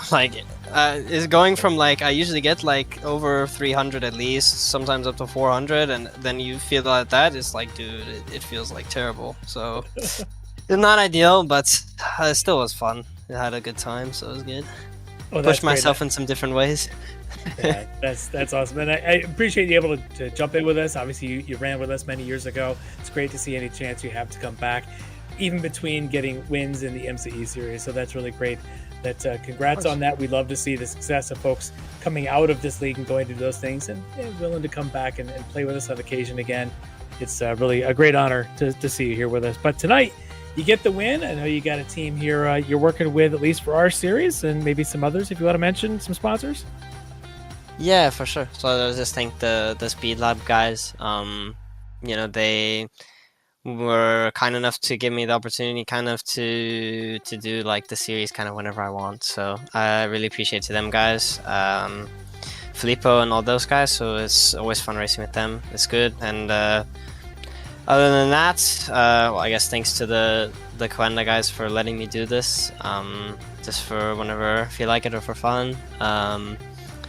And then just shout out to, I guess, like I usually used to do. So like shout out to my family, so my mom, grandma, grandpa, these kind of people for just supporting me. I think my mom's asleep right now, so Is she still over there with you? She is, yeah. She doesn't even know that I'm racing. She went to sleep before I started, so we're gonna have to tell her tomorrow. Yeah, so. Well, tell her we said hi, of course. If you tell her at all, maybe you yeah. don't want her to know that you're up until 4 a.m. doing racing, but that's probably normal these days for you. Yeah, you get used to it. Yeah. So. Well, congrats. I really appreciate it. Be a nice conversation at the breakfast table. Yes. I'm sure will be. I just told you went out to a club last night. It could be a lot worse, exactly. It could be a lot worse, exactly. So Exactly. I think she's plenty happy with me just chilling in my room, so that's good. All right, Elvis. Well, appreciate you joining us, and congrats again on the win tonight, and of course, congrats on the IMSA race over the weekend. Well deserved there, and you're doing well. And come back and join us anytime. Thank you. All right, everybody, there you go. Elvis Rankin from Speed Lab Esports, and Larry over in GT3 Pro. Leo Dragota expands his lead over Ethan Bass now to 17 points, with Brian Coxon, his Orion teammate now, moving up into third, displacing Jordan Rick-Sagrini there for the last step on the GT3 podium, again with 2 rounds remaining. All right, so let's now move over to somebody who's probably had his morning coffee, who's, I don't know, had his Vegemite sandwich for the day, and maybe is, I don't know, putting some shrimp on the Barbie or something. I'm throwing out every single Australian thing I know, except other than bringing out like a big giant knife. Let's talk to Connor Nixon from Orbit Drop Bear Motorsports, your winner tonight in GTP in his number 02 Porsche 963.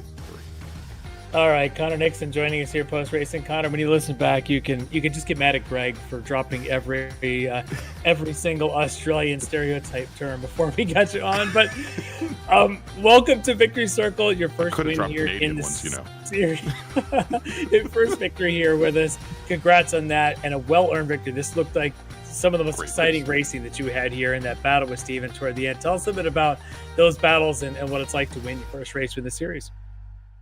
Yeah, hi guys. Sorry I'm not on my computer. My computer fully shut the bed. So no, it's awesome to win it. I didn't really expect to win tonight. Obviously had an awesome battle. I was looking at the laps going, wow, we got another 12 laps to this, and it just kept going on, and I don't think we spread across a second through that whole little battle there. So no, it was really cool to win. It's finally good to get it off the list and get it off my chest to win it, because I've had some rounds that have been good, and then some that were promising, but nothing like tonight where the setup was really dialed. That was really good.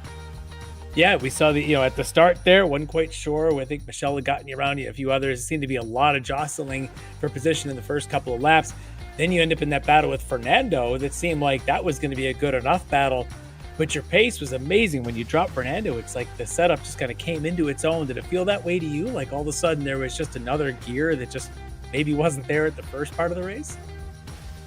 Yeah, it was trying to not get any penalties or just anything. I just wanted to save some fuel behind Fernando. He just made that little mistake, and I was like, yep, that's my chance. And just got forward, and I'm just slowly doing the laps, not trying to ruin the tire or anything. And yeah, it just slowly crept up to the field, and I'm like, okay, I've got a chance here. So yeah, just really try to manage the traffic as good as we could. And yeah, I think that was the strong point. Just managing the traffic, backing up the corner a little bit just so I can get a run.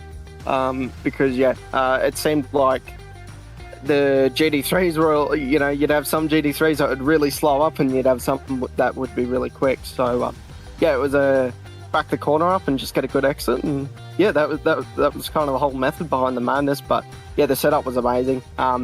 Yeah, from the team, they used it from Ivra, just went at Imola, so I was in a P2. So yeah, I'm not a GTP driver, so it just says how good the setup is, really.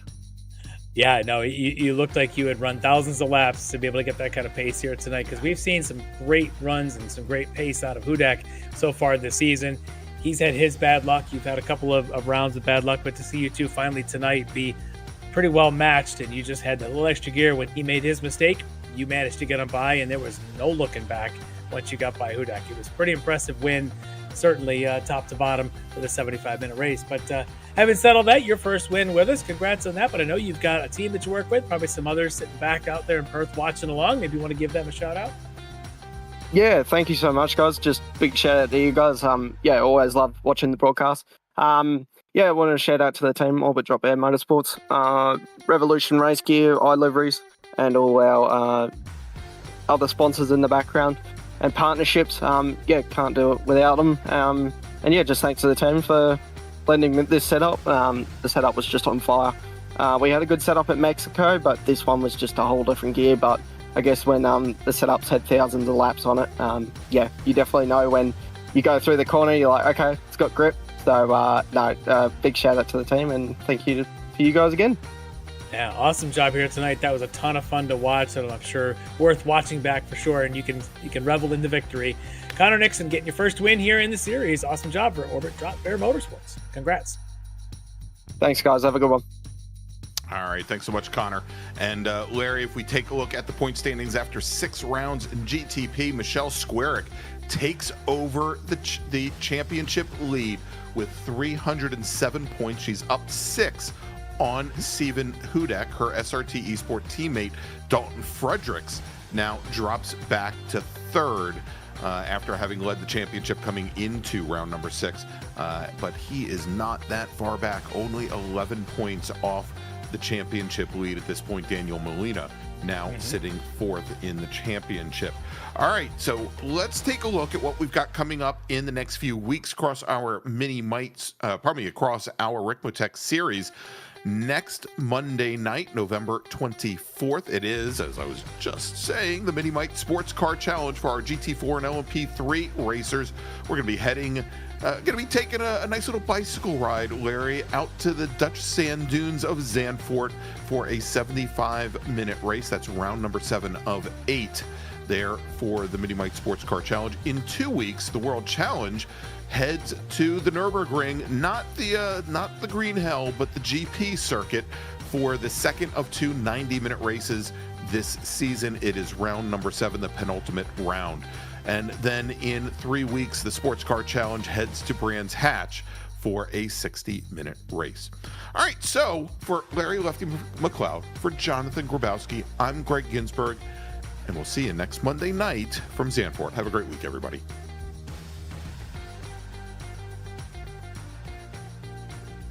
Ricmotech, high-performance sim racing equipment. There's only one place to go, ricmotech.com.